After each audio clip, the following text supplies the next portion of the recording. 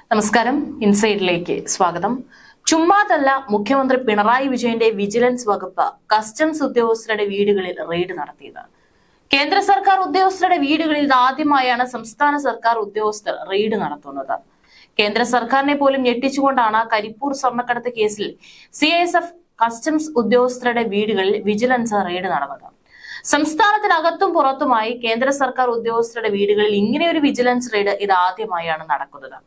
കോഴിക്കോട്, മലപ്പുറം, അമൃത്സർ, ഹരിയാന എന്നിവിടങ്ങളിലാണ് റെയ്ഡ് നടന്നത്.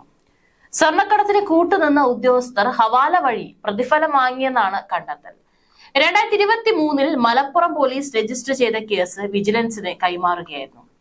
കേന്ദ്ര സർക്കാർ ഉദ്യോഗസ്ഥരുടെ വീടുകളിലെ റെയ്ഡിനൊപ്പം തന്നെ ഇടനിലക്കാരുടെ വീടുകളിലും വിജിലൻസ് റെയ്ഡ് നടത്തി. മലപ്പുറം വിജിലൻസ് DYSP ആണ് അന്വേഷണ ഉദ്യോഗസ്ഥൻ.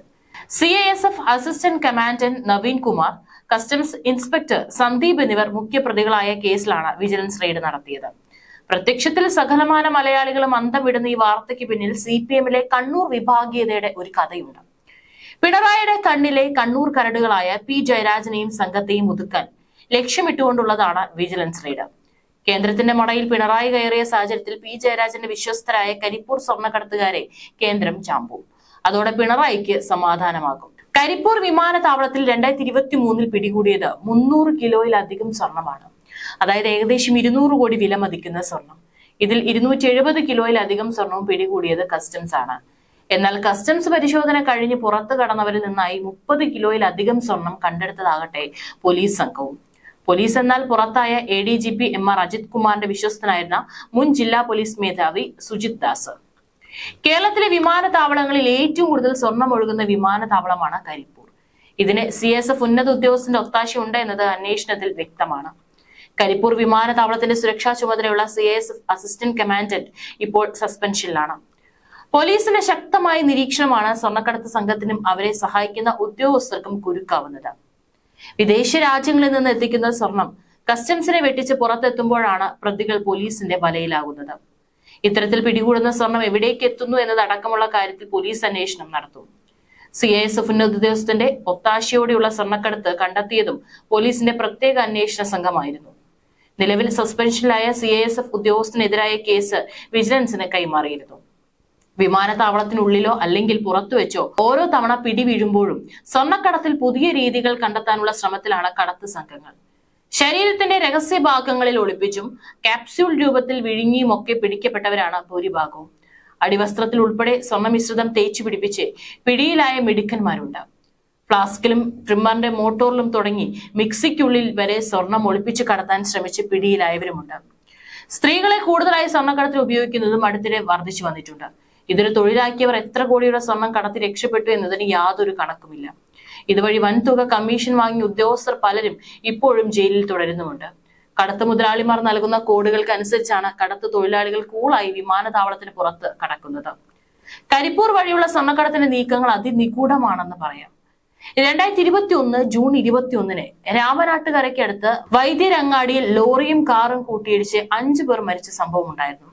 2 സംഘങ്ങൾ സ്വർണ്ണക്കടത്തിന് ശ്രമം നടത്തിയതാണ് അപകടത്തിൽ കലാശിച്ചത്.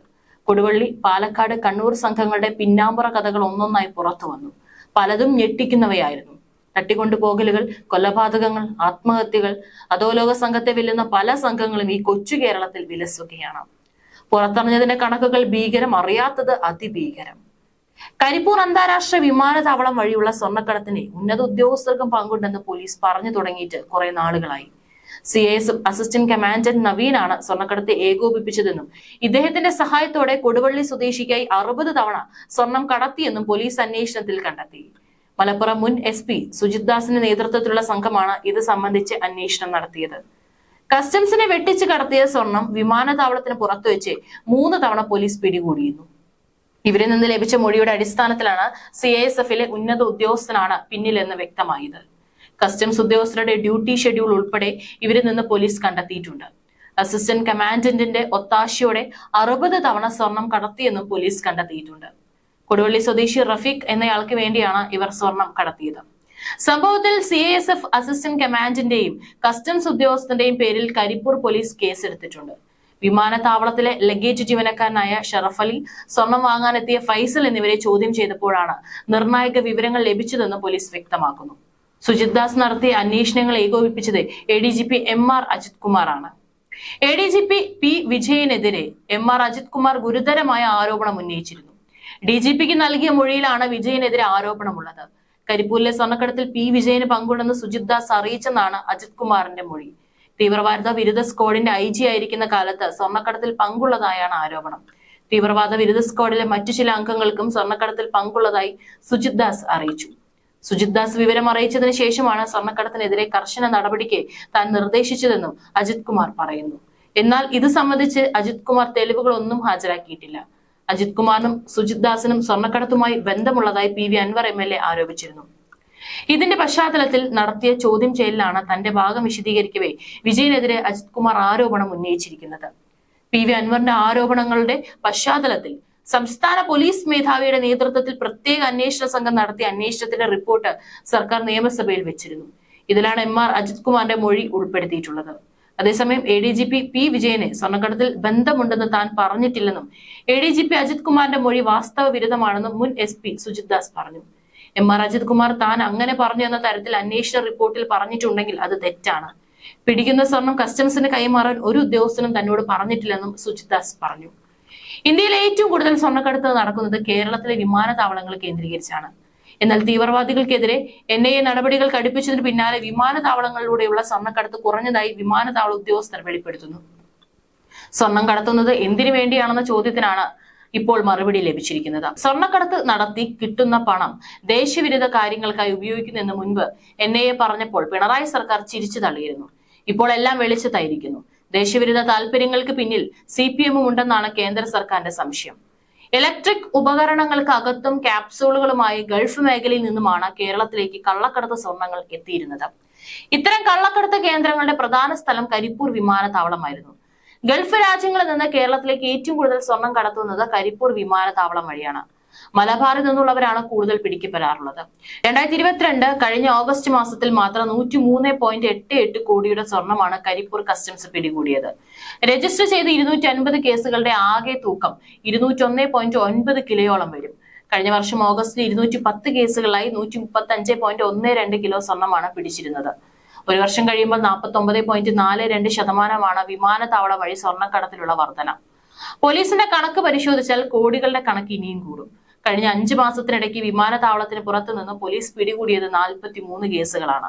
36.3 കിലോ സ്വർണമാണ് ആകെ പിടിച്ചത്. 18 കോടിയിലേറെ വില വരും.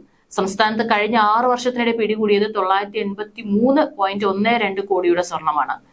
വിമാനത്താവളങ്ങൾ കേന്ദ്രീകരിച്ചുള്ള പരിശോധനയിലാണ് ഇത്തരത്തിലുള്ള കോടിക്കണക്കിന് മൂല്യമുള്ള 2774 കിലോഗ്രാം സ്വർണം പിടികൂടിയത്. കണ്ണൂർ, കോഴിക്കോട്, കൊച്ചി, തിരുവനന്തപുരം എന്നീ വിമാനത്താവളങ്ങളിൽ നടത്തിയ പരിശോധനയിൽ 4258 കേസുകളും രജിസ്റ്റർ ചെയ്തിട്ടുണ്ട്.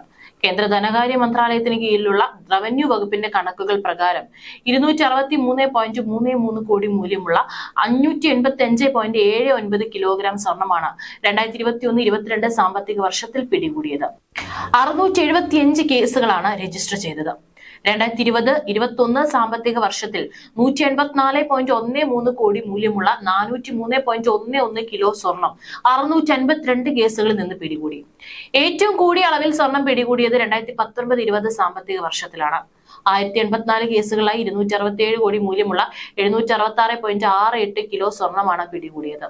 സ്വർണ്ണക്കടത്തിൽ ഏറ്റവും കൂടുതൽ കേസുകൾ രജിസ്റ്റർ ചെയ്തത് 2018-19 കാലയളവിലാണ്. 1167 കേസുകളായി 163.91 കോടി മൂല്യമുള്ള 653.61 കിലോ സ്വർണം പിടികൂടിയിരുന്നു.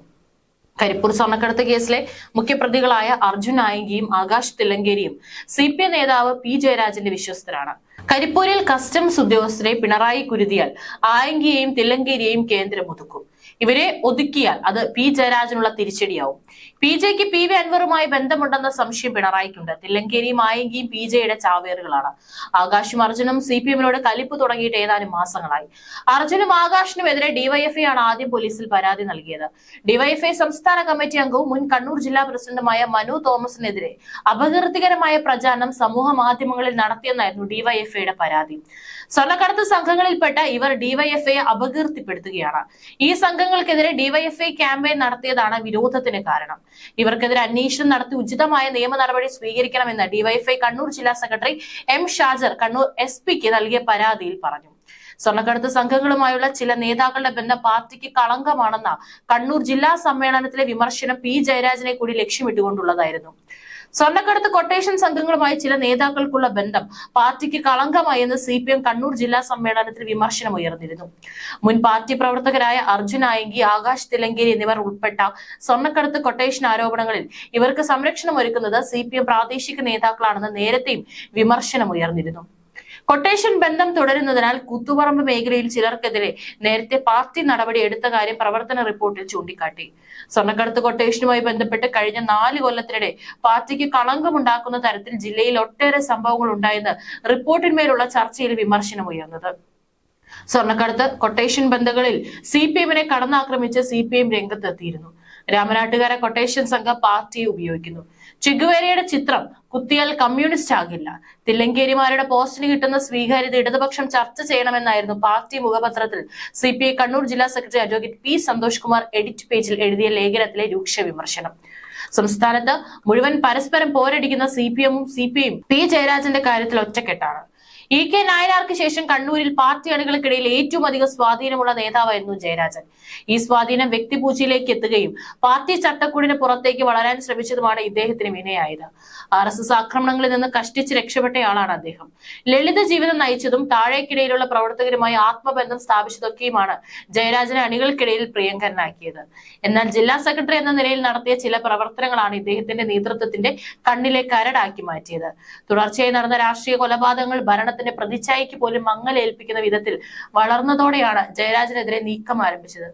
കണ്ണൂരിൽ സംസ്ഥാന സ്കൂൾ കലോത്സവം നടക്കുന്ന വേളയിൽ പോലും രാഷ്ട്രീയ കൊലപാതകം നടന്നത് BJP ഇത് രാഷ്ട്രീയ ആയുധമാക്കിയതും അന്ന് വലിയ തിരിച്ചടിയായിരുന്നു. ലോക്സഭാ തെരഞ്ഞെടുപ്പിൽ വടകരയിൽ ടിക്കറ്റ് നൽകി ജില്ലാ സെക്രട്ടറി സ്ഥാനത്ത് നിന്ന് മാറ്റിയ ജയരാജനെ ഇതിനുശേഷം ഒരു പദവിയും പാർട്ടി നൽകിയില്ല. തുടർന്ന് നടന്ന തെരഞ്ഞെടുപ്പുകളിലും അവസരം ലഭിച്ചില്ല.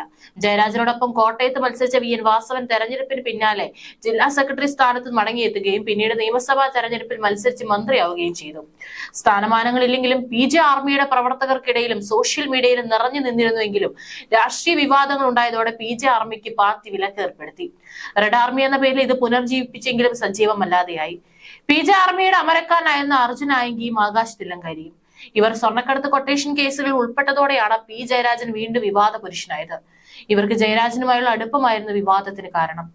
ജയരാജൻ ഇവരെ തള്ളിപ്പറഞ്ഞുവെങ്കിലും മാധ്യമങ്ങൾ ഇതിന് പിന്നിൽ പോയി വിവാദങ്ങൾ സജീവമാക്കി. ഏറ്റവും ഒടുവിൽ സംസ്ഥാന കമ്മിറ്റിയുടെ താക്കീത് വഴിവെച്ചതും ഈ വിവാദമായിരുന്നു. കണ്ണൂർ ജില്ലാ സെക്രട്ടേറിയറ്റ് യോഗത്തിൽ ഇവരുമായുള്ള അടുപ്പത്തെക്കുറിച്ച് CITU നേതാവ് KP സഹദേവൻ ചൂണ്ടിക്കാട്ടിയപ്പോൾ ജയരാജൻ പൊട്ടിത്തെറിച്ചുവെന്നും ഇത് തർക്കത്തിലേക്ക് മാറുകയും യോഗം നിർത്തിവെക്കേണ്ടി വരികയും ചെയ്തു എന്നാണ് പറയുന്നത്. പാർട്ടിക്കകത്ത് മാത്രം അറിയേണ്ട താക്കീത് എന്ന നടപടി യോഗശേഷം മാധ്യമങ്ങൾക്ക് ചോർന്നു കിട്ടിയതും ശ്രദ്ധേയമാണ്. കണ്ണൂരിൽ ജയരാജന് പിന്നിൽ അണിനിരുന്ന പ്രവർത്തകരിൽ പലരിന്നും പാർട്ടിയിലില്ല. ആന്തൂരിൽ നടപടിക്ക് വിധേയരായവരിൽ ഭൂരിഭാഗവും ജയരാജനുമായി അടുപ്പമുള്ളവരാണ്. മാത്രമല്ല ജില്ലയിൽ പലയിടങ്ങളിലും ഇത്തരം പ്രവർത്തകരുണ്ട്. പാർലമെന്ററി രംഗത്ത് അധിക കാലമൊന്നും പ്രവർത്തിക്കാത്ത മുതിർന്ന നേതാവായ ജയരാജൻ നിലവിൽ സംസ്ഥാന സമിതി അംഗം മാത്രമാണ്. മറ്റു ചുമതലകളൊന്നും ഇദ്ദേഹത്തിന് ഇപ്പോഴില്ല. ജയരാജന് പാർട്ടിയിൽ പിടിവിട്ടതോടെയാണ് ആകാശും അർജുനും CPMനെതിരെ തിരിഞ്ഞത്. CPMന്റെ വഴിവിട്ട പോക്കിനെതിരെ കണ്ണൂരിലെ ഒരു വിഭാഗം വലിയ നേതാക്കൾ രംഗത്തുണ്ട്. പിണറായി വീഴുന്നത് കാത്തിരിക്കുകയാണ് പാർട്ടിയിൽ ഒരു വിഭാഗം. കണ്ണൂർ കരിപ്പൂർ വിമാനത്താവളങ്ങൾ കേന്ദ്രീകരിച്ചാണ് സ്വർണ്ണക്കടത്ത് കൊട്ടേഷൻ സംഘത്തിലെ പ്രധാനിയായ കസ്റ്റംസ് തിരയുന്ന അർജുൻ ആയങ്കി പ്രവർത്തിക്കുന്നത്. അഴീക്കോട്ടെ DYF പ്രവർത്തകനായിരുന്ന അർജുനെ സംഘടന ഔദ്യോഗികമായി മാറ്റി നിർത്തിയെങ്കിലും പാർട്ടിയെ മറയാക്കിയാണ് ഇയാളുടെ ഇപ്പോഴത്തെ പ്രവർത്തനങ്ങൾ. പാർട്ടി തനിക്കൊപ്പമുണ്ടെന്നും പാർട്ടിക്കാർ തനിക്കൊപ്പമുണ്ടെന്നും അർജുൻ എപ്പോഴും ആവർത്തിക്കാറുണ്ട്. ഏറ്റവും ഒടുവിൽ തനിക്ക് പാർട്ടിയുമായി യാതൊരു ബന്ധമില്ലെന്നും FB പോസ്റ്റ് കുറിപ്പും അർജുൻ ഇട്ടിട്ടുണ്ട്. 25 വയസ്സ് മാത്രമാണ് കണ്ണൂർ അഴീക്കോട് കപ്പക്കടവ് സ്വദേശിയായ അർജുന്റെ പ്രായം. +2 വരെ പഠിച്ചു. 25 വയസ്സിനിടെ നിരവധി ക്രിമിനൽ കേസുകളിൽ ഇയാൾ പ്രതിയായി. സ്വർണ്ണക്കടത്ത് സംഘങ്ങളെ ആക്രമിച്ച് സ്വർണം തട്ടുന്ന കൊട്ടേഷൻ സംഘത്തിനൊപ്പം അർജുൻ ചേർന്നിട്ട് 4 വർഷം പിന്നിട്ടു. ഇതുവരെ നടത്തിയത് കോടികളുടെ പിടിച്ചുപറിയെന്നാണ് വിവരം. ബാലസംഘത്തിലും SFIയിലും DYFIയിലും ഉണ്ടായിരുന്ന അർജുൻ സംഘടനയ്ക്ക് പുറത്താകുന്നത് കഴിഞ്ഞ വർഷമാണ്. പക്ഷേ ഇപ്പോഴും CPMന് വേണ്ടിയുള്ള സൈബർ പ്രചാരണങ്ങളിൽ ഇയാൾ സജീവമാണ്. കസ്റ്റംസുകാരെ ചാമ്പിയ സാഹചര്യത്തിൽ P ജയരാജന്റെ ശിഷ്യന്മാരെ കസ്റ്റംസുകാർ തൂക്കും. അങ്ങനെ ചെയ്താൽ PJക്ക് നാണക്കേടാവും. അതോടെ കണ്ണൂർ ലോബിയിൽ ആദർശ സിംഹത്തെ പിണറായിക്ക് ഒതുക്കാനാവും. PV അൻവറിന്റെ ആരാധകനെ ഒതുക്കാൻ ഇതിൽ കൂടുതൽ അവസരം വരുമോ?